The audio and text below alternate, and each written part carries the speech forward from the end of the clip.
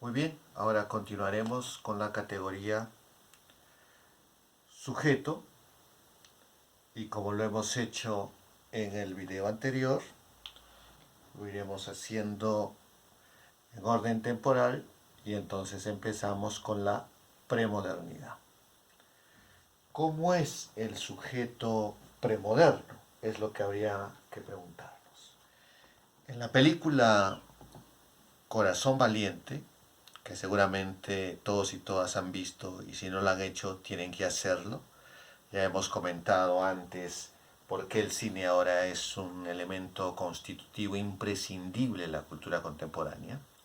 En esa película, así como en todas las que habitualmente se suelen ver en Semana Santa, Moisés, los 10 mandamientos y últimamente Dioses y Reyes, se puede ver algunas de las características perdón, del sujeto premoderno, ¿no? Y vamos a empezar por una de ellas. El sujeto premoderno es un sujeto colectivo. ¿Qué significa que sea un sujeto colectivo? Pero antes de hablar de la característica esta que estamos mencionando, un sujeto colectivo, primero aclaremos a qué nos referimos cuando hablamos de sujeto. El sujeto es el protagonista en el discurso que cada sociedad elabora sobre sí misma. Cada sociedad se explica a sí misma.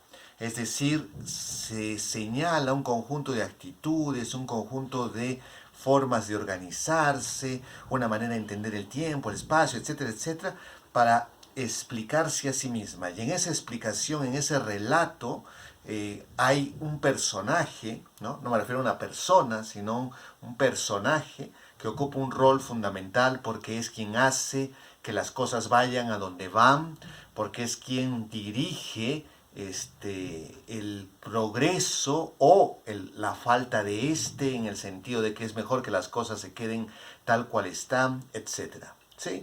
Entonces, en una película hay pues protagonistas y hay extras, ¿no? En una obra de teatro hay personajes principales y personajes secundarios. Estos protagonistas, estos personajes principales de el discurso que cada sociedad elabora sobre sí misma es a lo que estamos llamando sujeto.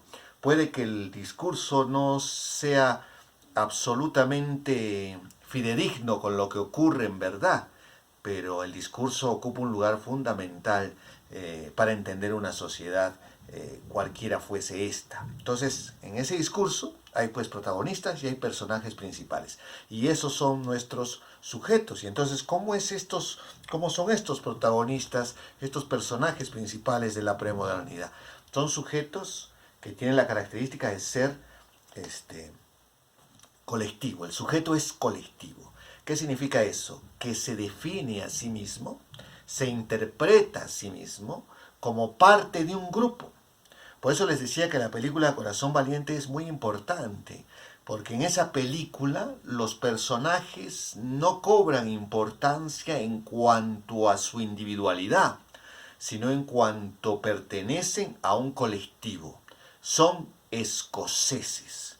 Y hay uno que se alía a ellos y no es escocés.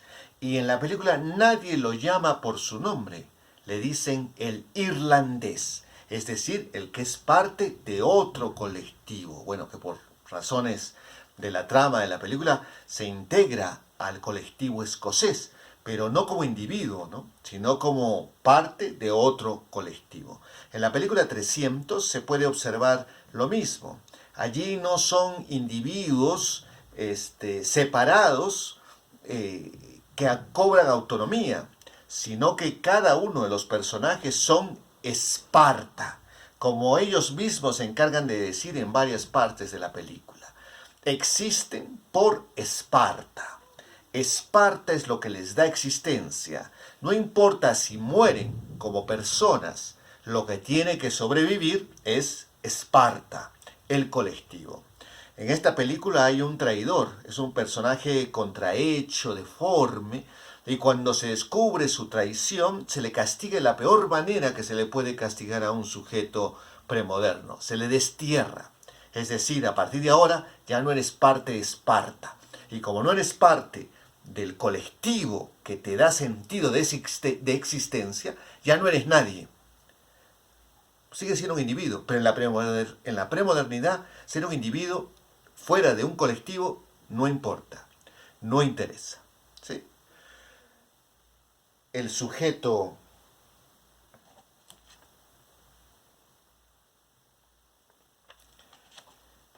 en la modernidad es colectivo.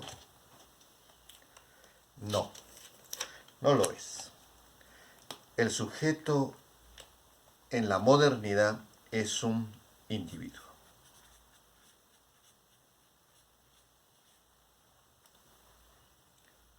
Un individuo. Es decir, descubre que en cuanto personaje aislado del colectivo, tiene derechos, tiene deberes, tiene una personalidad propia que lo diferencia del resto, tiene un camino personal que recorrer, tiene una vinculación con la sociedad en la que vive, tiene una perspectiva personal respecto a esa sociedad, una posición política que le corresponde a él y solo a él.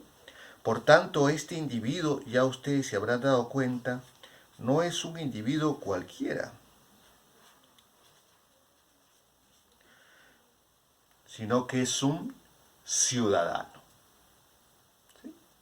Entonces, en la modernidad estamos hablando de que este individuo, este sujeto colectivo, se convierte ahora en un ciudadano, un personaje que está muy fuertemente arraigado en él, que tiene derechos y también está dispuesto al cumplimiento de los deberes que la sociedad le ha asignado. ¿Sí?